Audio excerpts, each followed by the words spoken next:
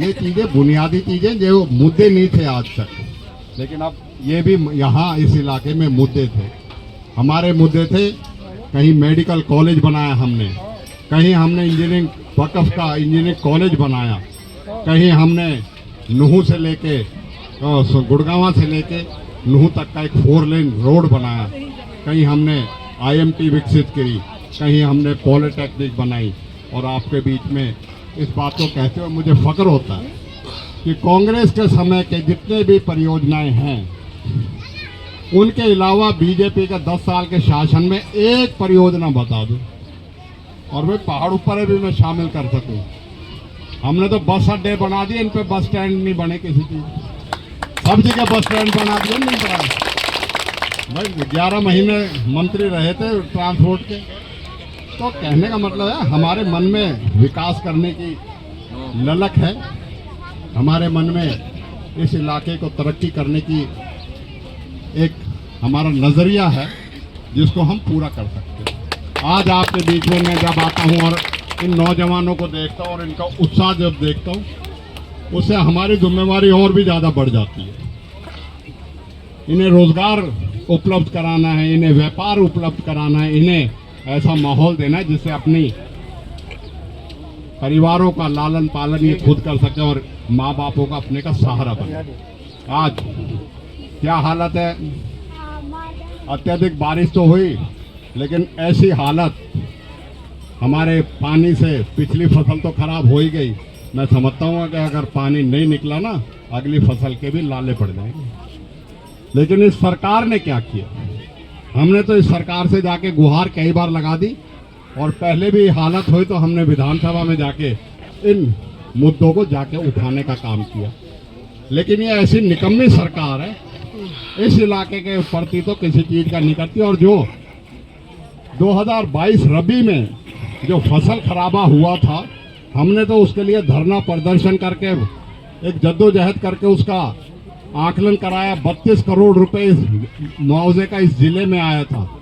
लेकिन शर्म की बात यह है, विधानसभा में बार बार बात उठाने के बावजूद भी 17 करोड़ रुपए तो अगस्त तक इस सरकार ने किसानों को बांटा नहीं था। या आप अंदाजा लगा सकते हो, जो किसान को आया हुआ बजट किसानों का नुकसान के लिए आया, उसे नहीं बांट सके, वो आप तक क्या विकास करे।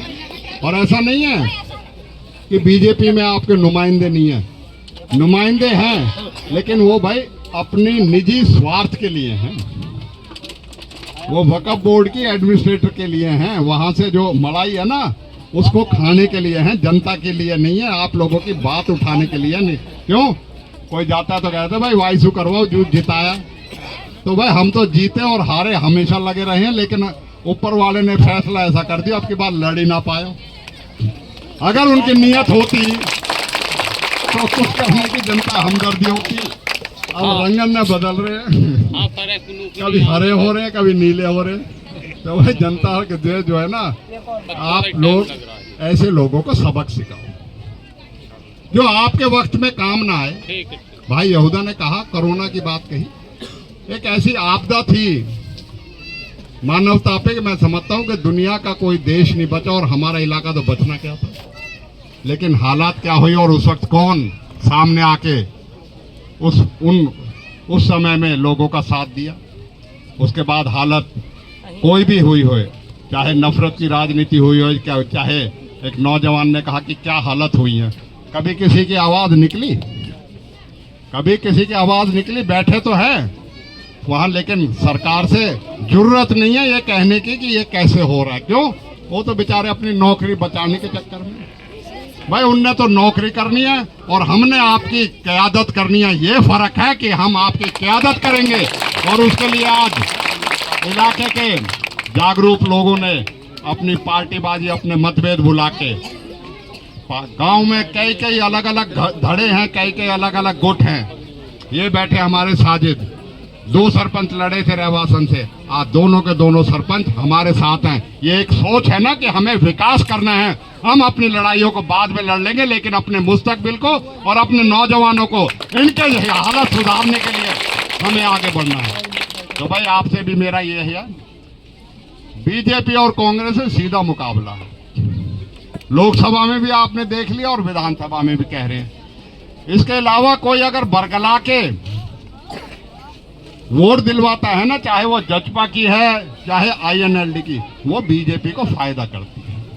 क्योंकि ये बीजेपी से अगर कोई लड़ रहा है तो कांग्रेस पार्टी लड़ रही है, बीजेपी से अगर लड़ रहा है तो वाहिद हमारे जो नेता हैं राहुल गांधी लड़ रहे हैं, जिन्होंने सारी आवाज हमेशा आप लोगों के हक की उठाई है। कहीं भी आप लोगों के साथ, चाहे वो अकलियत की बात हो, चाहे हमारे दलितों की बात हो, पिछड़ों की बात हो, या किसी भी समाज के आदमी की बात हो, हमेशा हक बात कहने की हिम्मत हमारे नेता जो हैं वो हमेशा जुटाते हैं और हर एक बात को बड़ी बेबाकी से कहते हैं। और आज यही कारण है भारतीय जनता पार्टी की सरकार डरी हुई है केंद्र की। वो क्यों डरी हुई है? आप लोगों की वोट की ताकत से। मैं तो आपके बीच में एक बात कहूंगा, प्रजातंत्र ने पंडित जवाहरलाल